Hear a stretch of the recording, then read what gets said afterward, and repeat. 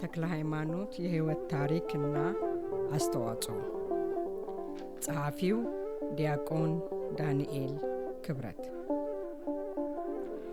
በከዚህ ቀደሙ ንባብ የአቡነ ተክለ ሃይማኖት የህይወት ታሪክና አስተዋጽኦ ምዕራፍ 2 ከገድላተ ተክለ ሃይማኖት ቁጥር 1 የጨጌ ዮሐንስ ከማ ቅጂንና 2 ዘዳጋ እስጢፋኖስን ገድለ ተክለ ሃይማኖት አስደምጫችኋለሁ። በዛሬው ንባብ ደግሞ ከቁጥር 3 ገድለ ተክለ ሃይማኖት ዘጣና ቂርቆስ ከሚለው ጀምሮ ይዤ ቀርቤያለሁ። ቁጥር 3 ገድለ ተክለ ሃይማኖት ዘጣና ቂርቆስ። ገድለ ተክለ ሃይማኖት ዘጣና ቂርቆስ በኢኤምኤምኤል 8742 የተመዘገበው ገድል ነው። የተጻፈው በ15ኛው መክዘ በአጼ ይስሐቅ ዘመን መሆኑ ይገመታል። ስርግወ ሀብለ ሥላሴ በጣና ቂርቆስ ገዳም ያገኙትና በ1417 ዓመተ ምህረት እንደተጻፈ የገለጹት ቅጂ ይህ ከሆነ ደግሞ ታሪካዊ ዋጋው ይጨምራል። በመጽሐፉ ላይ ግን ዘመኑን የሚገልጽ ነገር የለውም። አንዳንድ ሊቃውንትም የጣና ቂርቆሱ ቅጂ በ1417 ዓመተ ምህረት በእጨጌ ዮሐንስ ከማ የተጻፈ መሆኑን ይገልጻሉ። እንደኔ ግምት ግን ከእጨጌ ዮሐንስ ከማ ቅጂ ቀጥሎ የተጻፈ ቅጂ ነው። የተአምራት ቁጥሩና ዝርዝሮቹ ተመሳሳይ ናቸው። በአንዳንድ አገላለጥ ግን ገድሉ ይለያል። ለምሳሌ ጸሐፊው የአቡነ ተክለ ሃይማኖትን ታሪክ በብሉይና በሐዲስ ኪዳን መጻሕፍት በኩል ለመቃኘት የሞከረ ሊቅ መሆኑን ያሳያል። በገድሉ ውስጥ አቡነ ተክለ ሃይማኖት ወደ አቡነ ጌርሎስ ስለሄዱበት ምክንያት ሲገልጥ ወእምዝ ሆረ ሀበ አባ ጌርሎስ ጳጳስ በእንተ ስርዓተ ክርስቲያን ወበእንተ ሃይማኖት ካቶሊካዊት ሲተረጎም ከዚህም በኋላ ወደ ጳጳሱ ወደ አባ ጌርሎስ ዘንድ ስለ ስርዓተ ቤተ ክርስቲያንና ስለ የሁሉ ስለሆነች ሃይማኖት ሊነጋገር ሄደ ይላል። ይህ አገላለጥ በኢትዮጵያ ገድላት ያልተለመደ ነው። በግዕዝ ድርሳናት ካቶሊካዊት የሚለውን ለአለ ኩሉ በሚል ነው የሚተረጉሙት። በጸሎተ ሃይማኖት ላይም በዚህ መልኩ ነው የተገለጸው። በእርግጥ አባ ጊዮርጊስ ዘጋስጫ የአትናቴዎስን ጸሎተ ሃይማኖት ወይም ጸሎተ ሃይማኖት ዘአፍራቂያ የሚባለውን ሲተረጉም ካቶሊክ የሚለውን ቃል እንዳለ ተጠቅሞበታል።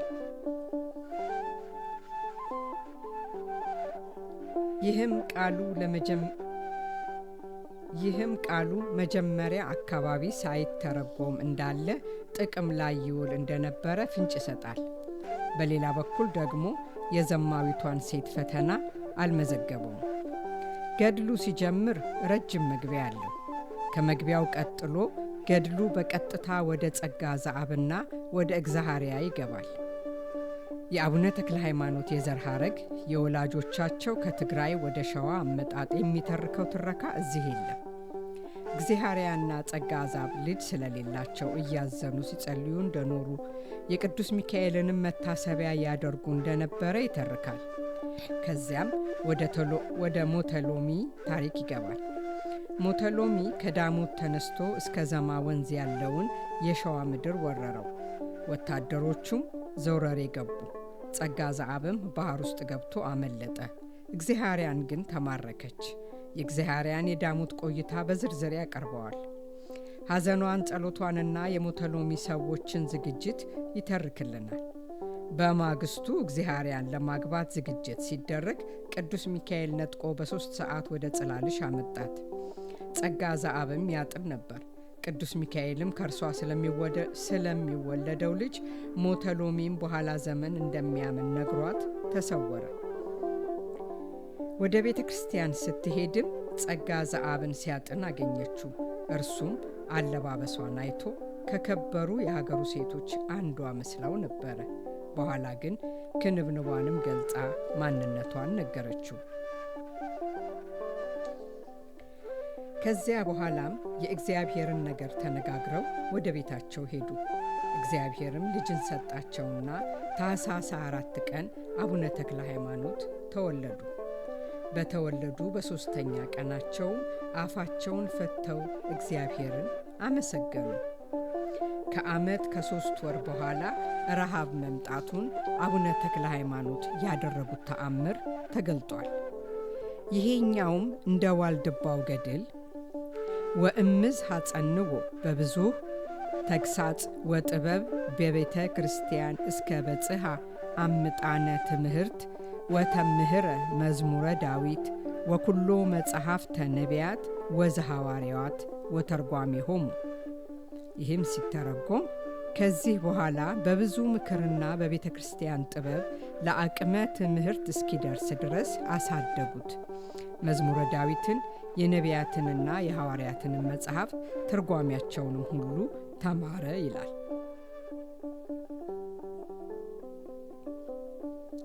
ድቁና የተሾመበት ዕድሜ 12 ያደርገዋል። የሾሟቸውም አባ ቄርሎስ መሆናቸውን ይገልጻል። ዘመኑም አባ ቢንያሚን ሊቀ ጳጳስ በነበሩበት ጊዜ ይላል። ከአባ ቄርሎስ ዘንድ ሲመለሱ በመንገድ ላይ የተደረገው ተአምር እዚህም ተዘርዝሯል። ከተመለሱ በኋላ ወሶበ በጽሐ አምጣነ ውርዙት አስተዋ ሰብዎ በከመ ሕግ ዘእንበለ ፈቃዱ ሲተረጎም ለጉልምስና በደረሰ ጊዜ ሳይፈልግ ያለ ፈቃዱ አጋቡት ይላል። እዚህም ገድል ላይ አቡነ ተክለ ሃይማኖት ያለ ፈቃዳቸው ወላጆቻቸው ድረዋቸው እንደነበረ ይገልጻል። ቅዱስ ጳውሎስ ያገባ እንዳላገባ ይሁን ያለውንም ይጠቅሳል።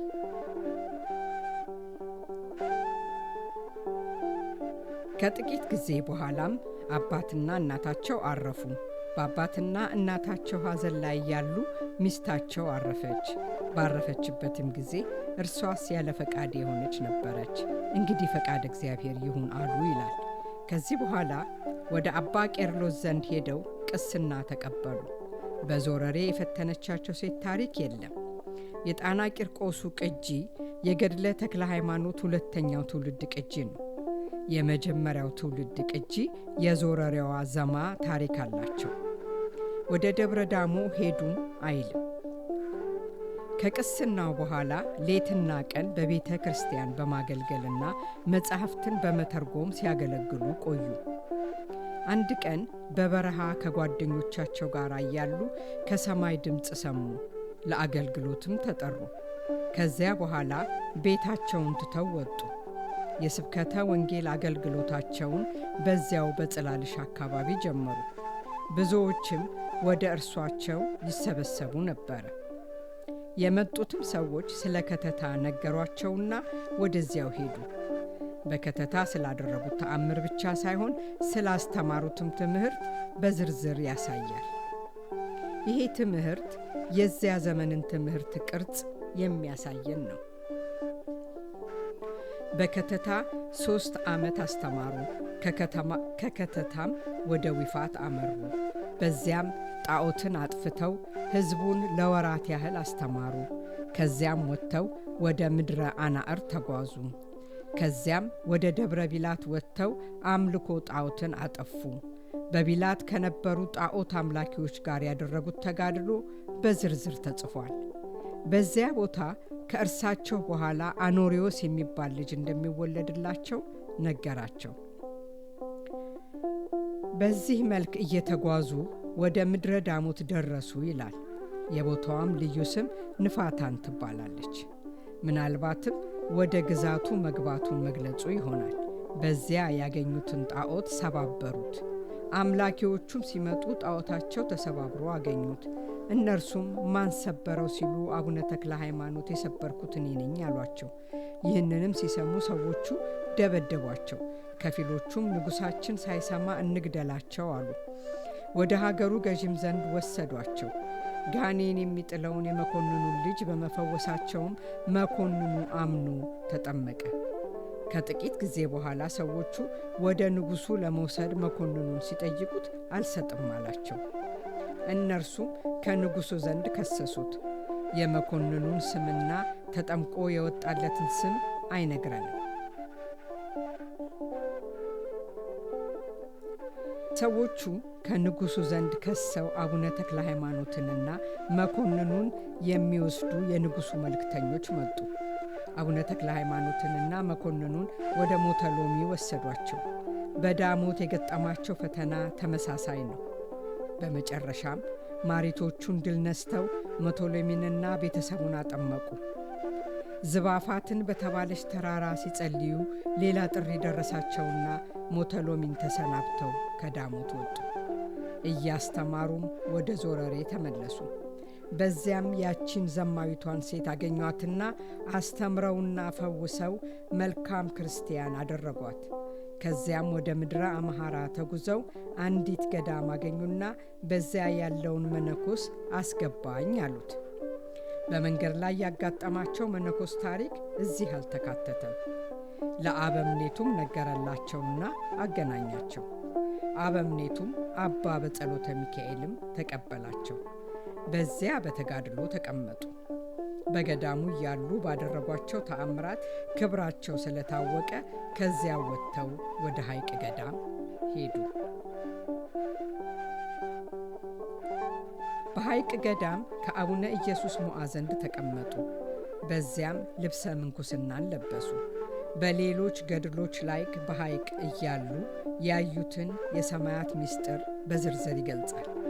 እዚህ ግን ወበህየ ርእየ ህቡአተ ዘኢየተረጎም ሲተረጎምም በዚህ ሊተረጎም የማይችል የተደበቁ ምስጢራትን አየ ብሎ ይጠቀልለዋል።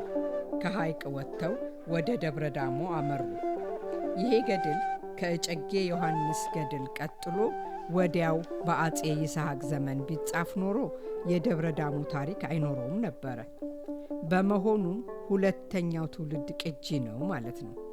ሁለተኛው ትውልድ ስለሆነ ነው ደብረ ዳሞ ሄዱ ብሎ ነገር ግን የአባ ዮሐኔን ስም የማይነግረን። የጣና ቂርቆሱ ቅጂ በየገዳማቱ የቆዩበትን ጊዜ አይነግረንም። በደብረ ዳሞ ቆብና አስኬማን ተቀበሉ። ከማን እንደተቀበሉት ግን አይተርክም። ገድሉ ሲጻፍ የአቡነ ዮሐኒ ስምና ታሪክ ገና አልታወቀም ነበር ማለት ነው። በአንድ ቦታ ላይ አቡሁ መንፈሳዊ ዘደብረ ዳሞ ሲተረጎም በደብረ ዳሞ ያለው መንፈሳዊ አባት ይለዋል። ከደብረ ዳሞም ወጥተው በትግራይ ገዳማት ቆዩ። በዚያም ብዙ መነኮሳትን አመነኮሱ፣ ገዳማትንም ተከሉ። ከትግራይ ወደ ሐይቅ ገዳም ተመለሱ። አቡነ ኢየሱስ ሞዓም አስኬማንና ቆብን በእርሳቸው እጅ ተቀበሉ። ገድል ጸሐፊው ወዜነውነ አእሩግ ብዙሃነ ከመንስአ አቡነ ኢየሱስ ሞዓ ቆብአ ወአስኬማ እም ወልዱ ሲተረጎምም አቡነ ኢየሱስ ሞዓ ከልጁ ቆብና አስኬማን መቀበሉን ብዙዎች አረጋውያን ነገሩ ይላል። በዚህም ከምስክር ሰምቶ የጻፈው መሆኑን ይገልጻል። የጣና ቂርቆሱ ገድል ጸሐፊ ከእጨጌ ዮሐንስ ከማቅጂ መሰረቱንና አጽመ ታሪኩን ቢይዝም ከቃል መረጃዎች እንደገና እየወሰደ ጨምሮበታል። ለዚህ ነው የደብረ ዳሞን ታሪክና የቆብና አስኬማውን ታሪክ አረጋውያን ነገሩን ብሎ የሚጨምረው። ከሐይቅ ወደ ወለቃ፣ ከወለቃ ወደ ሙገር ሄዱ። በወለቃ በደብረ ዳዳ የተሰራው ተአምር አልተገለጠም። በሙገር በደብረ ቆዓት በጾም በጸሎት አጋንንትን ድል ነስተው ወደ ዝማ አመሩ። ከዝማ ወደ ግራሪያ ገቡ። በዚያም የሀገሩን ሹም አሳምነው ተቀመጡ። ከዚያ እየተነሱ በአካባቢው አስተማሩ። በመጨረሻም የደብረ አሰቦን ዋሻ ከጠንቋይ ያስለቀቀው ገደሟት። ዋሻዋ ዋይሿ ተብላ ተጠራች ይላል። ቃሉ ግዕዝም አይደለም። ምናልባትም በአካባቢው የሚኖሩት ማህበረሰቦች ቃል ይሆናል እንጂ። ቀስ በቀስ ከየሀገሩ እየመጡ ብዙ ሰዎች መነኮሱ። የአካባቢውም ሰዎች ቀረቧቸው። የደቀ መዛሙርቱም ስም ተዘርዝሯል። ያጠመቁትን ሰይጣን በተመለከተ ገድሉ ጋኔን እምስጋውያን ይለዋል። በዚህ አገላለጡም ሁለተኛ፣ ሶስተኛ ትውልድ መሆኑን ያሳያል። የመጀመሪያዎቹ ቅጂዎች ባሪያ ነው የሚሉት። የታመመውም ወንድ ነው። መኖሪያውንም ውስተ ማይ ይላል። የአቡነ ፊልጶስ የአመጣጥ ታሪክም ተገልጿል። ነገር ግን እንደ ገድለ አቡነ ፊልጶስ በዝርዝር አይተርክም። ከዚህ በኋላ በዓት ዘግተው 7 ዓመት ጸለዩ። ከ7ቱ ዓመት 4ቱን ውሃ ሳይጠጡ፣ በ7ኛው ዓመትም አንድ እግራቸው ተሰበረ። ደቀ መዛሙርቱም ሸፍነው በአትሮንስ ስር አኖሯት። በቀብራቸውም ጊዜ ረሷትና አብረው ሳይቀብሯት ቀሩ። ይህንንም በዓይናችን አይተናል ይላል ገድል ጸሐፊው። ይሄ አገላለጥ ገድሉ የዓይን ምስክር በሆነ ሰው የተጻፈ ወይም ከአንድ በዓይኑ ነገሮችን ከተመለከተ ሰው የተቀዳ ሊሆን እንደሚችል እንድንገምት ያደርጋል። በመጨረሻም በደዌ ብድብድ ተይዘው ታመው በ99 ዓመት ከ9 ወራቸው አረፉ። ገድሉ በመቀጠል 18 ተአምራትንም ያቀርባል። 4. ገድለ ተክለ ሃይማኖት ዘዋልድባ። ገድለ ተክለ ሃይማኖት ዘዋልድባ ተብሎ የሚጠራው ገድሉን የዋልድባ መነኮስ የሆኑት አባ ተክለ ጽዮን ስለጻፉት ነው። ጸሐፊው በገድሉ መጨረሻ ወለ ጸሐፊው ተክለ ጽዮን ነዳይ ወልደ አባ ሳሙኤል ዘገዳመ ዋልድባ፣ ሲተረጎም ጸሐፊውን የዋልድባ ገዳም መስራች የሆኑት የአባ ሳሙኤል ልጅ ነዳዩ ተክለ ጽዮን በማለት ገልጸውታል። ይሄ ገድለ ተክለ ሃይማኖት እስካሁን የተገኘው 2 ቅጅ ብቻ ነው። እርሱም በፓሪስ ብሔራዊ ቤተ መጻሕፍት ኤንቢ 136 ተመዝግቦ የሚገኘው 15ኛው መክስ እና በሞንዶን ቪዳዬ ስብስብ ውስጥ በቁጥር 281 ተመዝግቦ የሚገኘው የ19ኛው መክስ ቅጂ ነው። የተጻፈበት ዘመን በአጼ ዘርዓ ያዕቆብ ዘመን ከ1426 እስከ 1469 ዓመተ ምህረት መሆኑ ይታመናል። ይህንኑ ቅጂ ኮንቲሮሲኒ ጋድላ ታክላ ሃይማኖት ሰከንድ ላ ራዳዚዮኒ ዋልድባና በሚል ርዕስ በ1896 ዓመተ ምህረት ከትንታኔ ጋር አሳትሞታል። ዋሌስ ቤጂም በ1906 ዓመተ ምህረት አሳትሞታል። ይሄ ገድል ምንም እንኳን የዋልድባ ገዳም መነኮሳት በሆኑት በአባ ተክለ ጽዮን ቢጻፍም ምናልባት ግን በኢየሩሳሌም የኢትዮጵያ ገዳም ንብረት ሳይሆን አይቀርም የሚል ግምት አለ። ጸሐፊው በገድለ አቡነ ሳሙኤል መጨረሻ ላይ ኦ አቡየ ተክለ ኢየሱስ ወደቂቁ ጴጥሮስ ወተክለ ስሉስ ወጳውሎስ ወሰርጸ ማርያም ወኩልኩሙ ነጋዴያን ብሩካን ሰላም ለክሙ በኢየሩሳሌም፣ ሲተረጎም አባቴ ተክለ ኢየሱስ ሆይ የመንፈስ ልጆቹ ጴጥሮስ፣ ተክለ ስሉስ፣ ጳውሎስና ሰርጸ ማርያም ሁላችሁም ብሩካን መንገደኞች የሆናችሁ በኢየሩሳሌም ሰላም ለእናንተ ይሁን የሚለው ለዚህ ግምት መነሻ ነው። በግብፅ ባህር ተዝዌላ የነበሩት መነኮሳትም አያሌ መጻሕፍትን ይጽፉ ነበረ። ራሳቸውንም ነጋዴያን ብለው ነበር የሚጠሩት። ይህም መጽሐፍ በዚያ ተጽፎ ይሆናል። እስከ ዛሬ ከተገኙት ገድላተ ተክለ ሃይማኖት መካከል የዋልድባው ቅጂ ምናልባት ከሐይቁ ቀደም ብሎ የተጻፈ ሳይሆን እንደማይቀር ተገምቷል። የተጻፈው አቡነ ተክለ ሃይማኖት ካረፉ ከ120 እስከ 140 ዓመተ ምህረት ባለው ጊዜ ውስጥ ነው። ጸሐፊው ተክለ ጽዮን በኢትዮጵያ የመጻሕፍት አጻጻፍ የምናውቃቸውን መንገዶች አልተከተለም። በየመካከሉ የመጽሐፍ ክፍሎችን ማስገባት፣ ታሪካዊ ዳራ መስጠት፣ ትዕይንታዊ ትረካን መከተል አልመረጠም። ምናልባትም እጅግ በተብራራና ማራኪ በሆነ ጽሑፋዊ መንገድ ለማቅረብ ፍላጎት ያለውም አይመስልም። ታሪኩን እንዳለ በሚያውቀው መንገድ ብቻ ነው ያስቀመጠልን። ስነ ጽሑፋዊ ይዘቱን ስንመለከተው ያን ያህል ለውበቱ የተጨነቀ ሰው አልጻፈውም። የጻፈበትን ምክንያት ከገድሉ ለመረዳት ብንሞክርም ታሪክ ከማቅረብ ያለፈ ምክንያት ያለው አይደለም። በገድሉ መጨረሻ ላይ በተካተተው ተአምር እንዲህ የሚል ቃል ተጽፏል።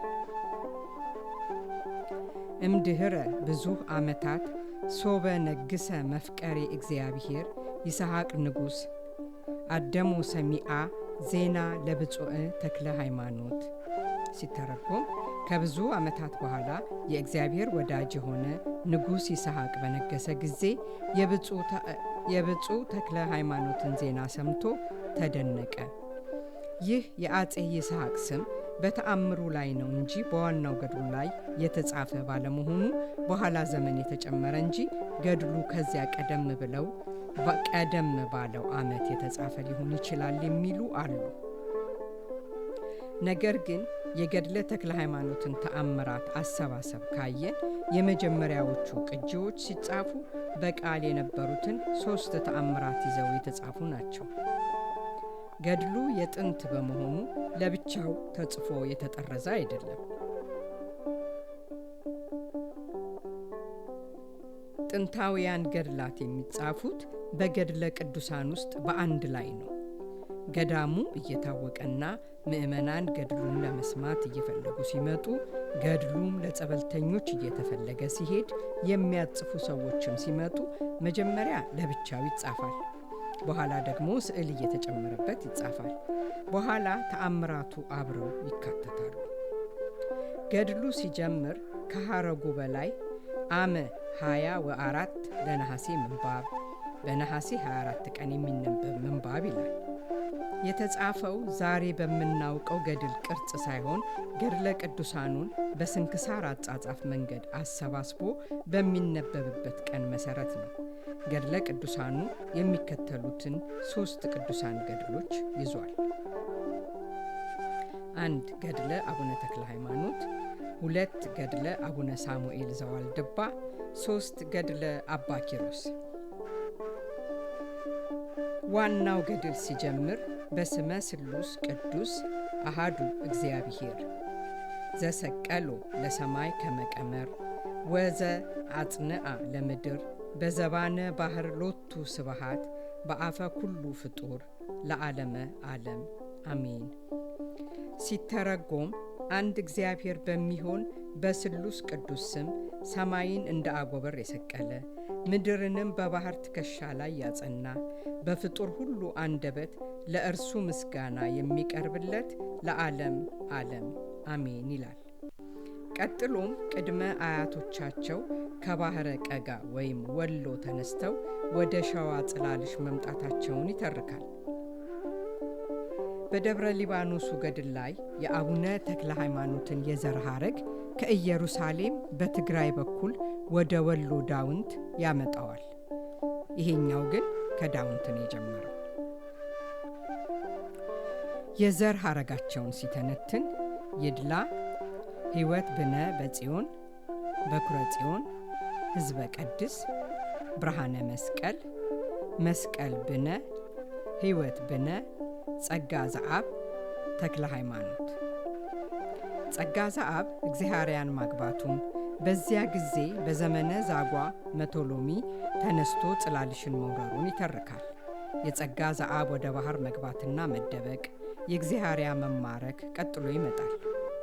ሞተሎሚ እግዚአርያን ሊያገባት ሲያስብ ከጠዋቱ በ3 ሰዓት ቅዱስ ሚካኤል ነጥቆ የ12 ቀን መንገድ በመውሰድ ወደ ጽላልሽ በ9 ሰዓት አመጣት። መልአኩም የተቀደሰ ልጅ እንደምትወልድ አበሰራት።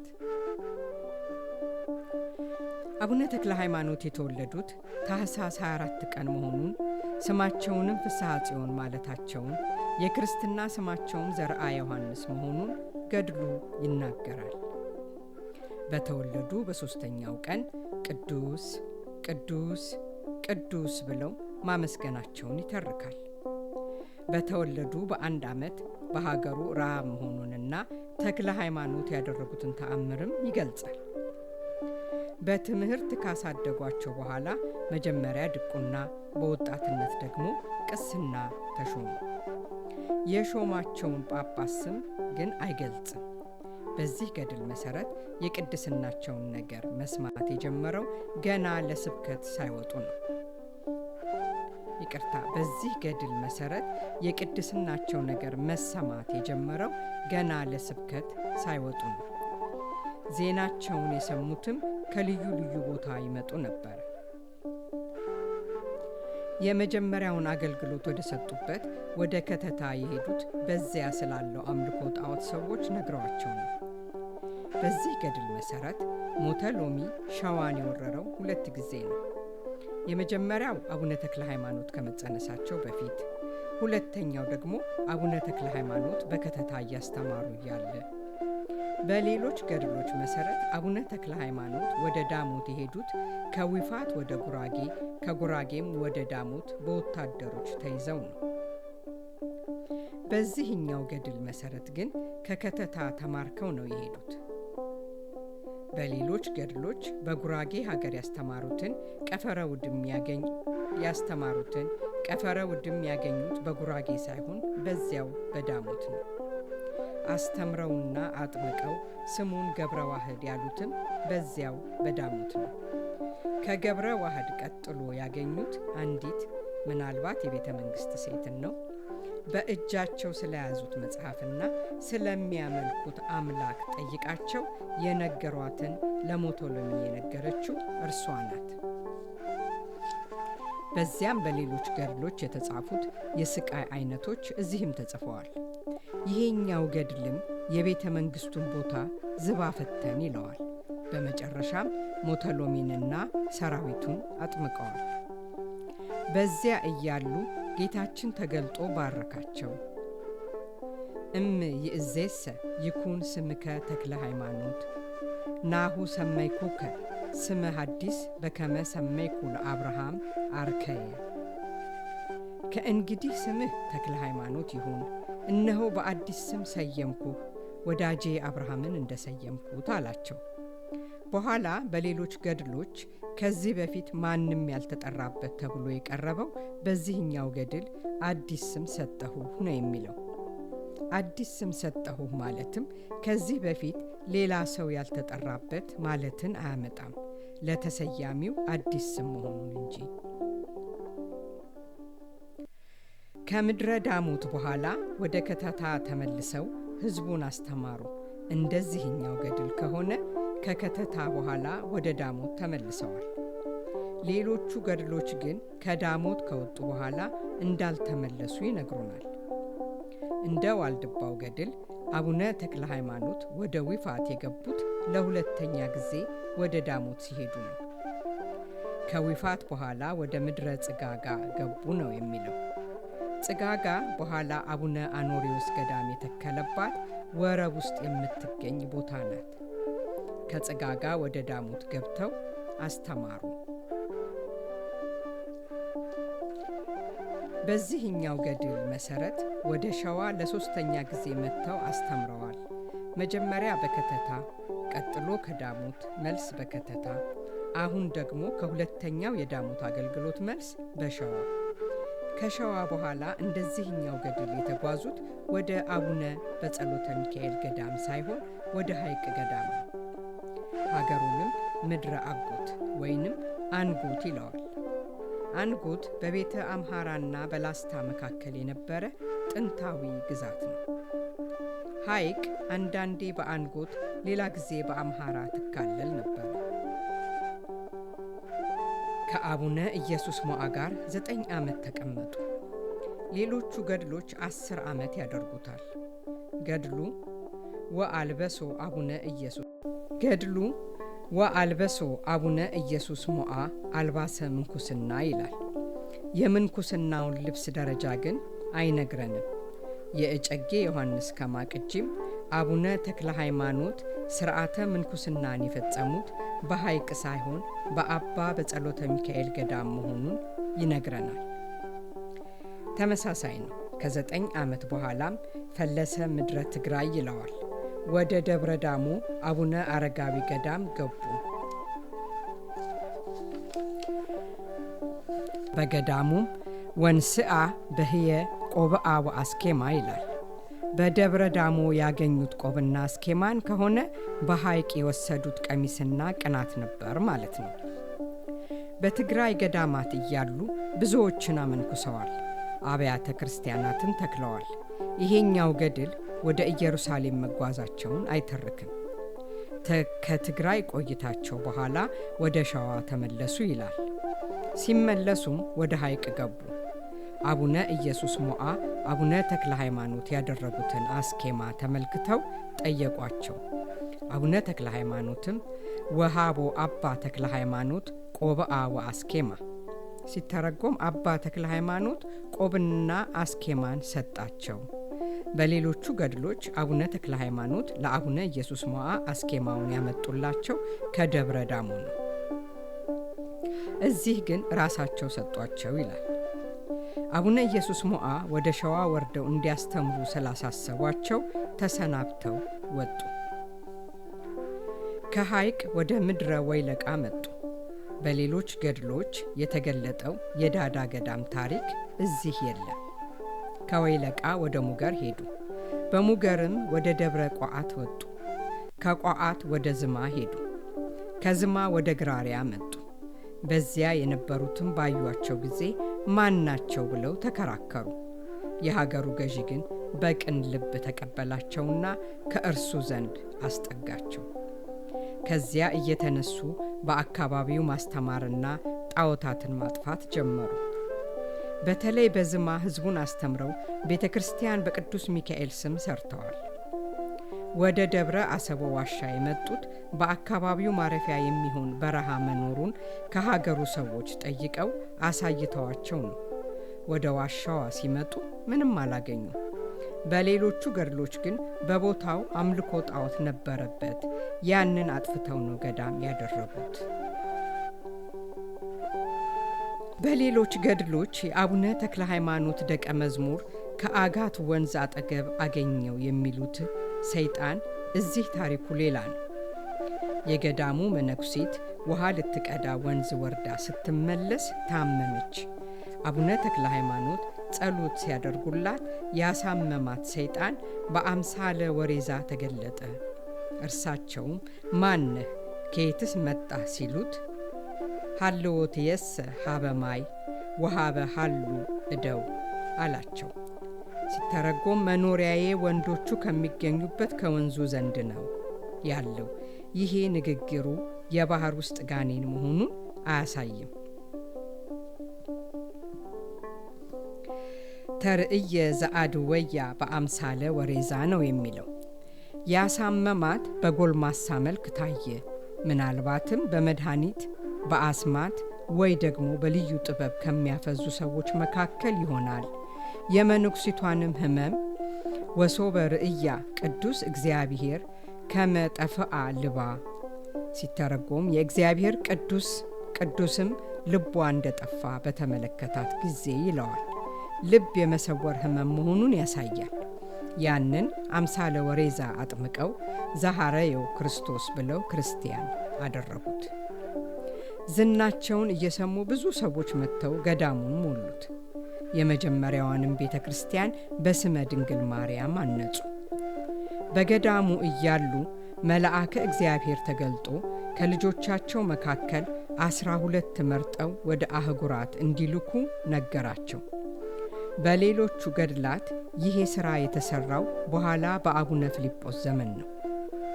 አቡነ ተክለ ሃይማኖት 12ቱን ከመረጡ በኋላ በጸሎት አሰናበቷቸው። የስም ዝርዝራቸውን ግን አይነግረንም። በሌሎቹ ገድሎች የማናገኘው አንድ ተአምር እዚህ አለ። የገዳሙ መጋቢ መንገድ ላይ አዝና ልጇን አቅፋ ያገኛትን ሴት ሲጠይቃት ልጇ ዲዳ እንደሆነባት ነገረችው። እርሱም አዘነና አምጥቶ ከአቡነ ተክለ ሃይማኖት ጋር አገናኛት። እርሳቸውም ፈወሱላት። ሌላም አስደናቂ ተአምር ተጽፏል። አቤል የተባለ ከክቡራን ወገን የሆነ የዜብ ድሃር ልጅ እንደሚመጣ ከሰማይ የመጣ ቃል ለአባታችን ነገራቸው። አቤል ከጥቂት ጊዜ በኋላ መጥቶ በገዳሙ መነኮሰ። የተወሰነ ጊዜ ካገለገለ በኋላም ወደ በረሃ ገባ። በበረሃ ባደረገው ተጋድሎም የመላእክትን ድምፅ እስከ መስማት፣ በጸሎቱ ውሃ እስከ ማፍለቅ ደረሰ። የዚህ ቅዱስ ታሪክ ከዚህ ገድል በስተቀር በሌሎች መዛግብት አልተመዘገበም። የአቡነ ተክለ ሃይማኖት ኃይል በብዝሃ ስብከት ሲደክም በዋሻው ውስጥ ተጋድሎ ጀመሩ። እግራቸው እስኪያብጥ ድረስ ለ7 ዓመት ቆሙ። የበዓቱንም በር በድንጋይ ዘጉት። እግራቸውም ከጉልበታቸው ላይ ተቆረጠ። ከዚህ በኋላ ጌታችን ተገልጦ ስለ ተጋድሏቸው ቃል ኪዳን ሰጣቸው። ይሄኛው ቃል ኪዳን ከደብረ ሊባኖሱ ገድል ይልቅ አጭር ነው። ያኛው በዝርዝርና ትዕይንታዊ በሆነ መልኩ የሚያቀርበውን ይሄኛው አይተርከውም። የአቡነ ኤልሳዕ ስም የሚነሳው ከተቆረጠው የአቡነ ተክለ ሃይማኖት እግር ጋር በተያያዘ ነው። የአባታችን ድምፅ ሲጠፋባቸው መነኮሳቱ ደንግጠው በዓቱን አንኳኩ። አባታችን በሰለለ ድምፅ መለሱላቸው። መነኮሳቱም ድምፃቸውን ሲሰሙ አለቀሱ። ከመካከላቸውም ኤልሳዕ ወደ ውስጥ ገብቶ የአባታችንን የተቆረጠ እግር ተመለከተ። ወስዶም ለመነኮሳቱ አሳያቸውና በመልካም ሁኔታ አስቀመጡት። ለሁለተኛ ጊዜ ጌታችን ወጥቶ አናገራቸው። የእረፍታቸው ሰዓት መድረሱንም ነገራቸው። ደቀ መዝሙሮቻቸውንም ጠርተው መከሯቸው። መነኮሳቱም ያሰሩትን ሁሉ እንዲፈቱ ጠየቋቸው። በሌሎች ገድሎች ይህንን የጠየቀችው አንዲት መነኩሲት ናት። እዚህ ሁሉም ናቸው። እርሳቸውም ፈቱ። በዚህ ምክንያት ታስረው የነበሩ አራዊት ሁሉ ተፈቱ። የመነኮሳቱን እህል አጠፉ። መነኮሳቱም ነገሯቸው። እርሳቸው በቃላቸው አራዊቱን እንዲጠሩ አደረጉና ሥርዓት ሰሩላቸው። አባ ኤልሳዕ ከእርሳቸው በኋላ አባት እንዲሆናቸው ነገሩት። ከዚህ በኋላ አረፉና ደቀ መዝሙሮቻቸው በቤተ ክርስቲያን ውስጥ ቀበሯቸው። ይህኛው ቅጂ ያረፉበትን ዕድሜ አይናገርም። ከ3 ቀን በኋላ የእህታቸው ልጅ ገብረ መስቀል ማረፉና ከሞት ተነስቶ የተናገረው ነገር እዚህም አለ። ኤልሳዕ ወደ እኔ ዘንድ ይምጣ፣ በቦታውን ፊልጶስ ይቀመጥ የሚለውን መልእክት ተናግሮም አረፈ። ከ3 ወር በኋላ ኤልሳዕ አረፈ። በምትኩ ፊልጶስ ተተካ። ወረስይወ ለፊልጶስ ህይንተ ኤልሳዕ ፍጹም ውእቱ በሂሩት ከመ አበዊሁ በመዋዕሊሁ በጽሐ ምንዳቤ ወስደት እስከ አዕረፈ። ሲተረጎም ፊልጶስንም በኤልሳዕ ቦታ ሾሙት። እርሱም በምግባሩ እንደ አባቶቹ ፍጹም ነበረ፣ በዘመኑም እስካረፈበት ድረስ ችግርና ስደት ሆነ ይላል። ይሄ ነገር ገድሉ የተጻፈው ከፊልጶስ ስደትና መከራ በኋላ መሆኑን ያሳያል። ከፊልጶስ በኋላም ሕዝቅያስን መሾሙን ይገልጻል። አቡነ ሕዝቅያስ አጽመ ተክለ ሃይማኖትን ማፍለሱንም ይተርካል። ከብዙ ዓመታት በኋላ አጼ ይስሐቅ ሲነግስ የአቡነ ተክለ ሃይማኖትን ዜና ሰማ። ይሄ ነገር 2 ጉዳዮችን ያሳየናል። በአንድ በኩል በደብረ ሊባኖስ ገዳምና በማዕከላዊው መንግስት መካከል መልካም ግንኙነት የተመሰረተው ከአጼ ይስሐቅ ዘመን በኋላ ሊሆን እንደሚችል መገመት ይቻላል። አጼ ዳዊት በ1404 ዓመተ ምህረት በክብራን ወንጌል ላይ ባጻፉት ቃል የአባታቸው የሰይፈ አርዕድና የእናታቸውን የለዘወርቃን ተስካር እንዲያወጡ የክብራንን መነኮሳት አደራ ይላሉ። ይሄ ሁኔታ ከሸዋ ገዳማት ይልቅ የጣና ገዳማት ከአባታቸው ከሰይፈ አርዕድና ከአያታቸው ከአምደ ጽዮን ጋር መልካም ግንኙነት ስለነበራቸው ሳይሆን አይቀርም። ሁለተኛው ነጥብ ደግሞ ገድሉ የተጻፈው በአጼ ይስሐቅ ዘመን ወይም ከእርሳቸው በኋላ በአጼ ዘርዓ ያዕቆብ ጊዜ መሆኑን እንድንገምት ያደርገናል። አጼ ይስሐቅ የመጀመሪያውን የደብረ ሊባኖስ ቤተ ክርስቲያን አሰርተዋል። አጽሙን ወይም ምናልባት ለሁለተኛ ጊዜ ወደ ቤተ ክርስቲያኑ አፍልሰዋል። በመጨረሻም ጸሐፊው ተክለ ጽዮን መሆኑን ይነግረናል። ራሱንም ሲገልጥ ወጸሐፊሁ ተክለ ጽዮን ነዳይ ወልደ ሳሙኤል ዘገዳመ ዋልድባ ይላል። አቡነ ሳሙኤል የአቡነ ተክለ ሃይማኖት ሦስተኛ የቆብ ልጅ ናቸው። በገዳመ ዋልድባና በገዳመ ደብረ ሊባኖስ መካከልም የቆየ ግንኙነት እንዳለ የዋልድባ ትውፊት ይገልጻል።